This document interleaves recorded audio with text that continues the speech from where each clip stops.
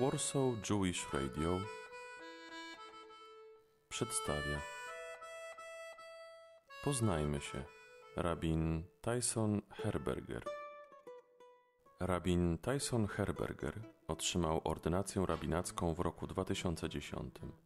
Ukończył Pardes Jerozolima, program dla żydowskich edukatorów, Instytut Strauss-Amiel or Torah Stone w Jerozolimie. Uczęszczał także do Mayanot Institute, Dwar Jerusalem oraz Yeshivy Bat Ain.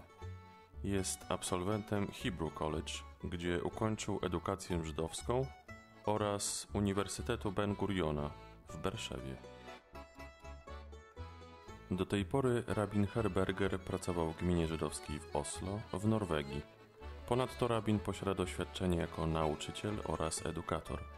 Współpracował również z mediami w Stanach Zjednoczonych oraz Izraelu. Rabin Herberger mówi płynnie po angielsku, francusku oraz hebrajsku. Zna również norweski, arabski, hiszpański i niemiecki.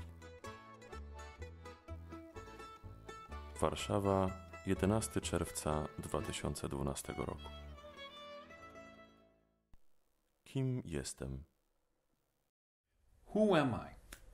Tyson Herberger, Tyson John Herberger, Tzvi Herberger, Tzvi Yonatan Ben Avram, Rabbi Tyson. I'm all of these things. We all have a lot of names we answer to. I've learned that here in Poland, many people have many nicknames. And so we all do. So I am me. I'm a man, a human, a guy in his 30s, a rabbi, someone who grew up all over the world and now is living in Poland. I'm happily married. My wife is from Norway, and we've been here in Warsaw for about 9 months.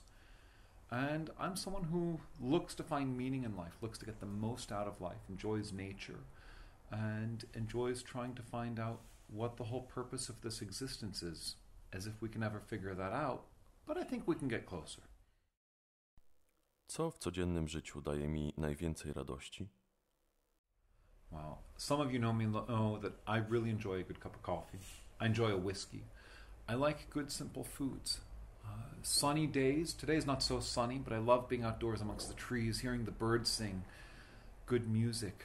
Some of you may know that when I was a teenager, actually, my first job was as a cook in a restaurant, and my second job, which I continued for a number of years, was as a DJ at a radio station.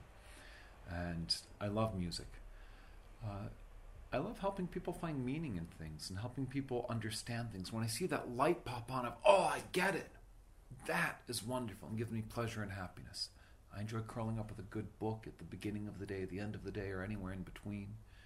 So many things that give us pleasure. We just have to step back and see what's around us, and usually there's something to give us pleasure. Czego nie lubię robić? What don't I like to do? Oi, oi, oi. I don't like to think about what it is that I don't like to do, but I think that's pretty natural and pretty human. I really don't like having to deal with disorganization. I like it when things are organized.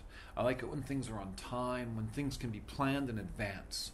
And for me, I want to know what's going to happen. I already have a schedule set up for the next 3-4 months with almost every day knowing what I'll be doing.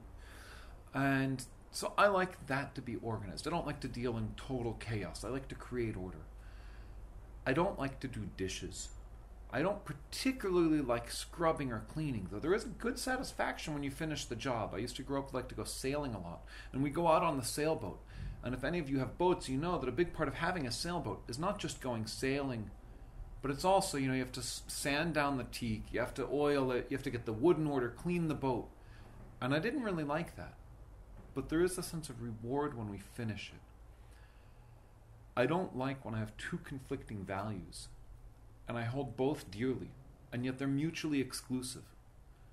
It could be that I only have $5, but I have $30 worth of things I want to buy, or people who I want to give money to, or whatever it is, and I don't know how to use the $5. It could be that I'm trying maybe to lose a little weight, but there's a really good piece of tiramisu, and I have to figure out which one comes into play here. But the hardest is when there are two individuals, each of whom are right from a certain perspective. And we have to figure out who gets to be right, who gets to have their way, or maybe neither of them get to have their way, and we have the conflicting values, and we have to find a midpoint where no one is completely satisfied. And that's difficult when we have things that conflict with each other and we have to find a remedy so that they can come together. But they have to open up. And sometimes that opening up process, as rewarding as it is very difficult. And we have to deal with the conflict. And I don't always like to do that. Even though, just like when I'm cleaning my house, I might not like to do the cleaning. But it feels good when you've finished the accomplishment and you get to see the order around you that you've created. Co motywuje mnie do działania? Wow, the quest for knowledge, the quest for peace, looking at people and seeing them struggle to find meaning and knowing that they can find it, trying to understand what things are and knowing that I can help them or they can help themselves to understand it. The ability to empower people, to empower communities, these motivate me. And to help remind me of this motivation, sometimes I turn to books. Books can really be motivating. Books are ways to capture ideas. I read through the Torah, the Tanakh, through all types of philosophical works, through the great poetry, whether it be Rilke or whether it be reading plays or Martin Buber. Motivation can be found in the song of a bird or in the glimmer of the sun through the leaves of a tree. It's all around us if we just look for it. And for me, motivation is the little smiles that I get when you've done something just right. When someone looks at you and you can see that they've gotten it, that they understand it. When someone appreciates what they've done for you and they say thank you. Those two words, thank you, can be so motivating. Co działa na mnie demotywująco? It would be great if I could say nothing demotivated me, but that wouldn't exactly be true. I don't like it when I feel that people are lying to me or playing games with me. It's really difficult. When somebody says, you know what, I'm going to work on this, I'm going to take care of this part of the project, and then they don't take care of their part of the project, and especially if it was something that we could have done long ago, and they come at the last minute and it's, oh, I didn't do that, I'm sorry. It can be really demotivating to have to run with something at the last minute, scrambling around, trying to find what to do, how to get it done. It can really steal away our oomph, make us slouch a little. As I said earlier, I don't like working in chaos. I like to be in the organized system. So when things are chaotic, that can be demotivating, especially when it comes at the last second, the last minute, when there's minimal chance to really fix it up. Kim chciałbym być, gdybym nie był tym, kim jestem? What an existential question. Who would I like to be if I weren't who I am? Well, I wouldn't even be me to choose who I would get to be if I weren't who I am, so I can only tell you who I would be, not who I would be if I were someone else. And thank God, being me, I'm very happy being the me I've chosen to be. If I weren't me, it would depend on which alternate non-me I would be as to who I would choose to be. I could see being a professor in a university. I could see being an author. I'm not as gifted with words as I'd like to be, but the idea of playing with words, writing poetry, and also creative nonfiction are both interesting and appealing. Biblical archaeology, okay, it can get gritty. I spent a couple summers digging, but it's a very fascinating field where we work on uncovering the culture and societies both of the Tanakh and of the world around the Tanakh, which create the reality of the texts which we go back to find such inspiration. So maybe I'd be one of those things. When I was a kid, I certainly was inspired by Indiana Jones and by others. I certainly could see going in that realm. I worked as a journalist for a number of years, so that certainly was an alternate me who isn't the me that some of you know now. But I don't know who I'd be. Maybe I'd be a guy running a pizza store. Maybe I would be someone cleaning toilets. Maybe I'd be a politician. No one knows what we'd be if we weren't us. We were all told to be us, and we have to be the best us that we can be. It isn't my concern who I would be if I were someone else. My concern is how can I be the best me that I can be. And I don't know if I'm the best, but I certainly like being the me that I am, and I hope that maybe tomorrow I'll be a little better than I am today, and maybe today I'm a little better than I was yesterday. Co najbardziej dziwi mnie w dzisiejszym świecie? I think what surprises me most in today's world is the internet. Not the fact that it exists. I've gotten over that shock. But the willingness with which people are able to give up all sense of privacy. Everything that we do online is recorded for eternity somewhere, and we never know when or how it will come back. And another aspect of the internet is we get to see so many different aspects of the world that as we look out, at the one hand, the internet connects us. At the other hand, it distances us by showing us how diverse the world is and how unconnected we are to so much of the world. And yet it also can create these virtual communities where we no longer need to leave our house or even our bed in order to live a full life. So I think the internet is perhaps the most surprising thing to me in this world. Co napełnia mnie spokojem? For me, I actually find emptiness to be more peaceful than fullness. So I like to zone out in order to really find that peace. Sometimes I do that by reading a poem, reading Tanakh, reading something inspiring to me. Sometimes I do it by working on a puzzle. Sometimes I just sit and think and have a glass of whiskey or a coffee. But I usually, in order to find true peace, either need to find a solution, and it's really difficult to solve everything, or be able to let go of things for a little bit and just enjoy the solitude, enjoy the nothingness, or enjoy the everythingness of creation, as nothingness and everythingness in some ways are flip sides of the same coin. But that's how I like to be able to fill my mind with peace. Moim autorytetem jest? I don't deal that well with authority. One of the things I love about Judaism is that in so many ways we don't have a singular authority. Decentralized religion. You go back to the Jewish laws, we call it Mishnah, Talmud. So many different rabbis, this one says this one says that. They're arguing with each other. They don't know what the authoritative notion is. And so to me, I'm not so good with a singular voice of authority, but I have a lot of idols. And I hope that they're not idols in the sense of Avodah Zarah, where I'm worshiping these people. But whether it's Rassar Hirsch, Samson Raphael Hirsch, or Hildesheimer, or looking at Avram Yeshua Heschel, a man who actually is from here in Warsaw. There are so many people. We can look at Martin Buber. We can then switch out of the Jewish world. Martin Luther King is an amazing idol to have. Looking at what was going on with Solidarność here when we were, or at least when I was a child in the 80s. Amazing work. There's some real idols to be found. And then to look at the everyday unsung heroes. There's so much going on in the world, so much to look at. Just find someone who's making change that you value. And that's someone to really put their efforts and energy up there and to try to mimic. Żyd to dla mnie taki człowiek, który... Who's a Jew? Wow, huge question, especially here in Poland. I think it's a huge question in the whole world, but here in Poland we really feel it. There are few answers. Sociologically, with our modern notions of identity, anyone who says, I'm Jewish, anyone who feels Jewish, they're Jewish, right? And that certainly is true. On the other hand, according to Jewish tradition, you're Jewish if your mother, and if your mother's mother, and her mother before her were Jewish, or if you, or your mother, or her mother converted and entered into Judaism via the traditional norms of Jewish conversion. And that means that today we can have people who technically are Jewish, but they're Catholic. Their parents were Catholic. Their grandparents were Catholic. And you have to go back so many generations to reach that Jewish practitioner. But technically they're Jewish. And on the other side, you can have people who, their father's family is Jewish. Their mother's father was Jewish. They've grown up. The only religion they've ever known is Judaism. They go to synagogue all the time. They eat lox. They eat bagels. They eat gefilte fish. They've never had pork in their life. And technically they're not Jewish. It's really difficult to put these two together and figure out how do we interact with it. So I think that culturally, societally, anyone with a Jewish identity is Jewish.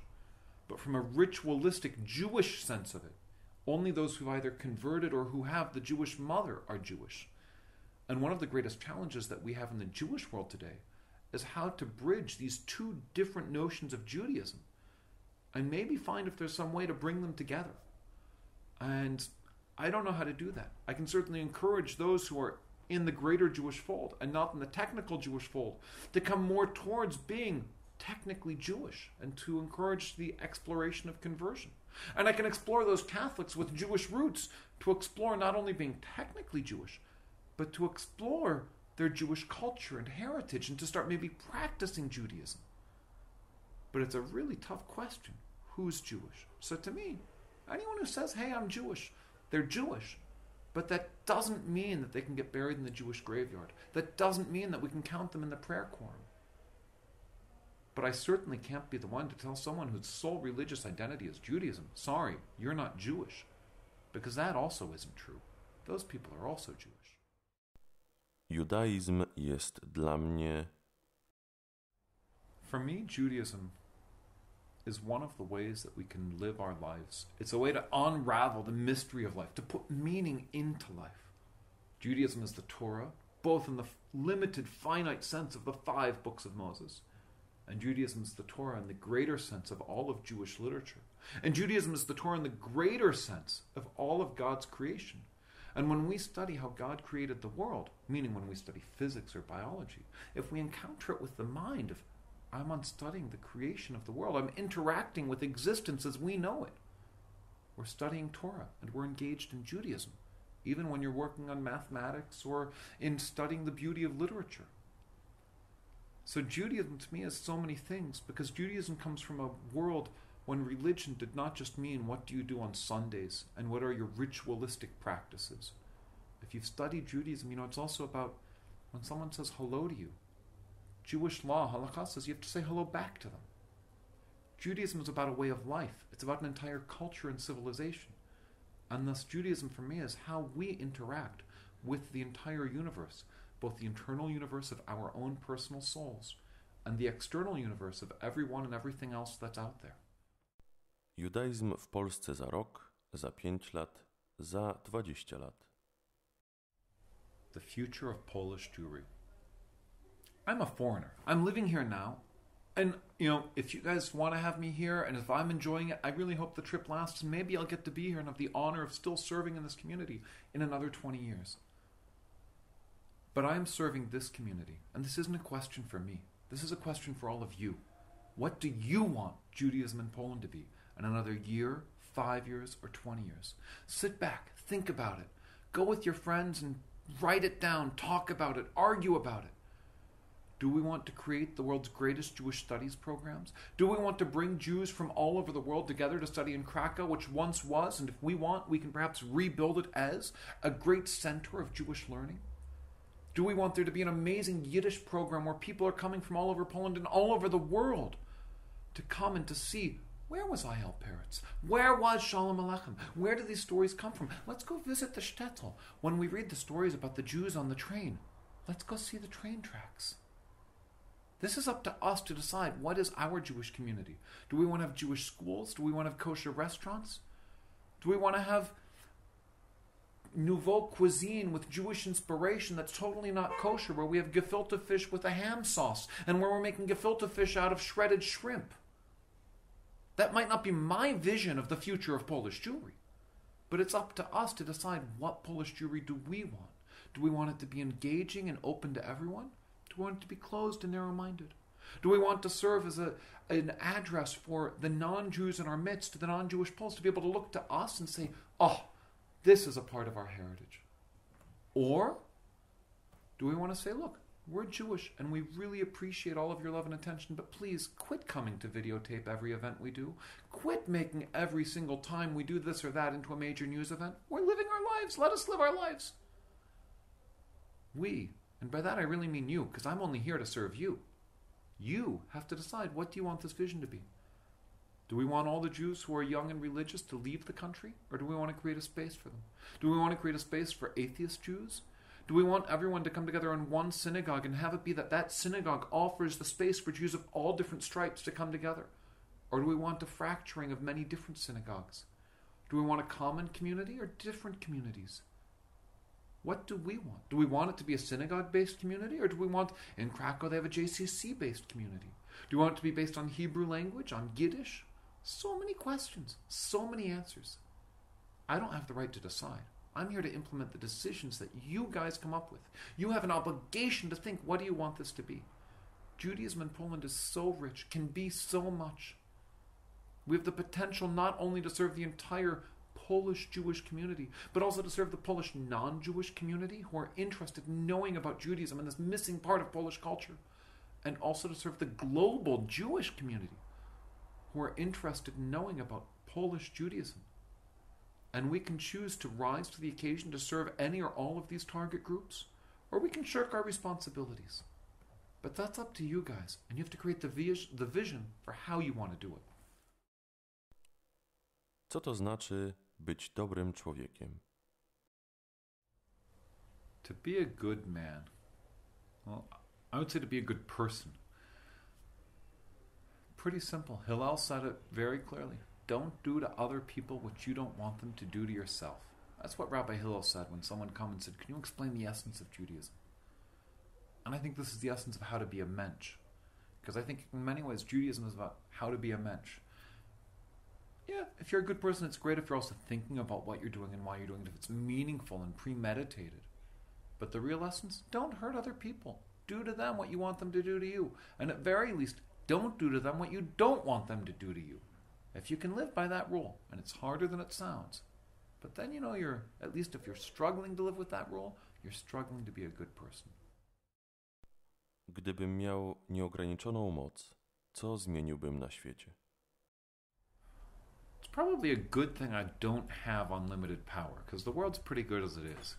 And you never know when I might mess the world up, or when it might stay just right.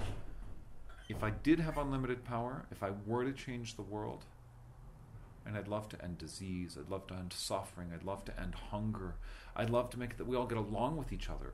Perhaps the biggest change would be to increase the capacity of everyone to love. Actually, I think they already have the capacity, but just make them actualize a little bit more of it.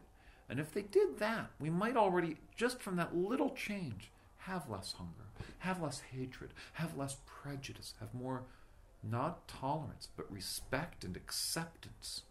Have more love, have more people giving tzedakah. It wouldn't solve all the problems, but it would bring us a little bit closer. Moja ulubiona potrawa. This is a tough question. My mother actually was a culinary instructor, so I grew up with a lot of good food in the home. And, I love, if I only were to have a dairy or a meaty kitchen, it would certainly be dairy. Because I love a good cup of coffee with milk. Even without, a nice double espresso was fine, but a nice latte or a cappuccino, it's really good if there's some fresh tiramisu to go alongside with it. And this, of course, is only dessert, or maybe breakfast. I don't know what the best main course is. Eggplant parmesan is really wonderful. A nice baked salmon with a nice buttercream sauce, some potatoes on the side, maybe some steamed broccoli, asparagus, mushrooms. So much good stuff in the world. I think my favorite food would simply be food. We can get rid of the word favorite. Just food, but it has to be well prepared. Just cooked just right. But I love food. Moja ukochana muzyka. I think just like food and beer, music is up there. All music is good music. Though I admit some things that other people call music, I don't quite call music. I really enjoy classic rock, good folk, a little bit of country, opera, classical music, jazz. Depends on the type of jazz, but a lot of jazz is great. Good blues. So much good music. If I had to pick a few favorite bands, R.E.M., U2, Counting Crows, Crosby, Stills, Nash & Young. I'm cheesy sometimes, want my Elton John, Billy Joel, or even my ABBA, if I dare admit it. And then just yesterday, Rebecca and I joined with a few members of the community and went to hear Chopin in the park. We enjoy going to the opera. So much good music. God made all of this wonderful pleasure. He didn't give me much talent musically, but I certainly appreciate hearing other people's musical talents. Miejsce, którego jeszcze nie widziałem, a chciałbym zobaczyć. Well, Poland's my new home, and I haven't properly explored Poland yet. I've never been to Gdansk, never been to Torun, never been to the Tatries. These are all spots that I really feel an obligation to see. One, they're supposed to be absolutely gorgeous and beautiful. I mean, I love gingerbread. How could I not have been to Torun? Or I love the mountains. I used to love going up into the Rockies and the mountains in different places that I have lived. So I need to go see the Tatries. And then, of course, there's all the great Jewish sites in Poland that I've yet to see, whether it's the synagogue in Zamość, whether it's Lublin, the head of the Council of the Four Lands. So much that I have yet to see.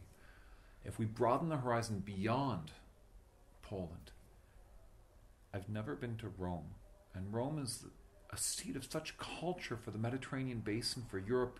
In the Talmud already, we have stories of Rabban Gamliel and the other elders going to Rome to meet with the authorities. This has been a center of culture for thousands of years, including of Jewish culture, with strong Jewish references in places there, and the Arch of Titus and the role of the Jews, both looking at the images on the arch. So Rome is a spot I'd like to see, but there's so much out there to see. God made the whole world, and we need to really make the best of it. And when we get to heaven, God's going to ask us, did you keep Shabbat? Were you nice to your parents? And God just might ask us, hey, did you see my Alps? I think I did a really good job on the Matterhorn. Did you check it out? Did you see Machu Picchu? Did you see what that civilization got to do? Now, we can't do everything that God's given us to do in this world. But maybe I'll get to see a little bit more of the world. Right now I'm focusing on Poland and trying to see a bit more of Poland. But the whole world out there is ours to see. And every place has something unique. So I want to see as much as I can.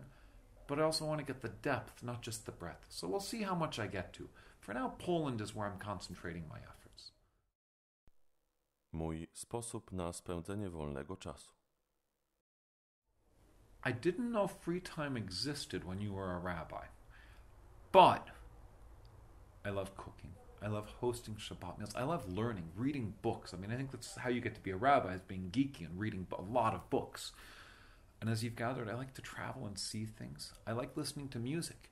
And I have the benefit that as part of my job, we get to do fun community activities that really are how I like to spend my free time. But we can do it as a community building activity. And so this is how I like to spend my free time, with people that I love and care about, and doing things that I and they enjoy, whether it's studying together, whether it's listening to a concert, or whether it's eating good food, or sometimes just sitting on my own at the end of the day with my legs up and maybe a nice whiskey in my hand and just contemplating the day that's been and all the gifts that were in it. Moje przesłanie do słuchaczy Warsaw Jewish Radio. As I already discussed earlier when we talked about the Jewish future in Poland, this is your community.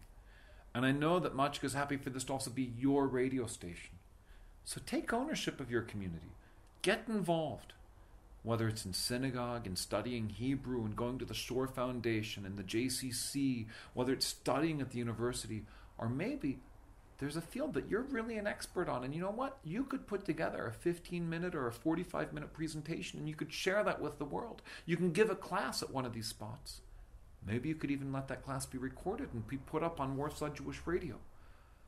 But whatever you do, get involved and take ownership of your Judaism and be involved. It's not your Jewish community isn't just any one individual, but it's all of yours. It's the collective us.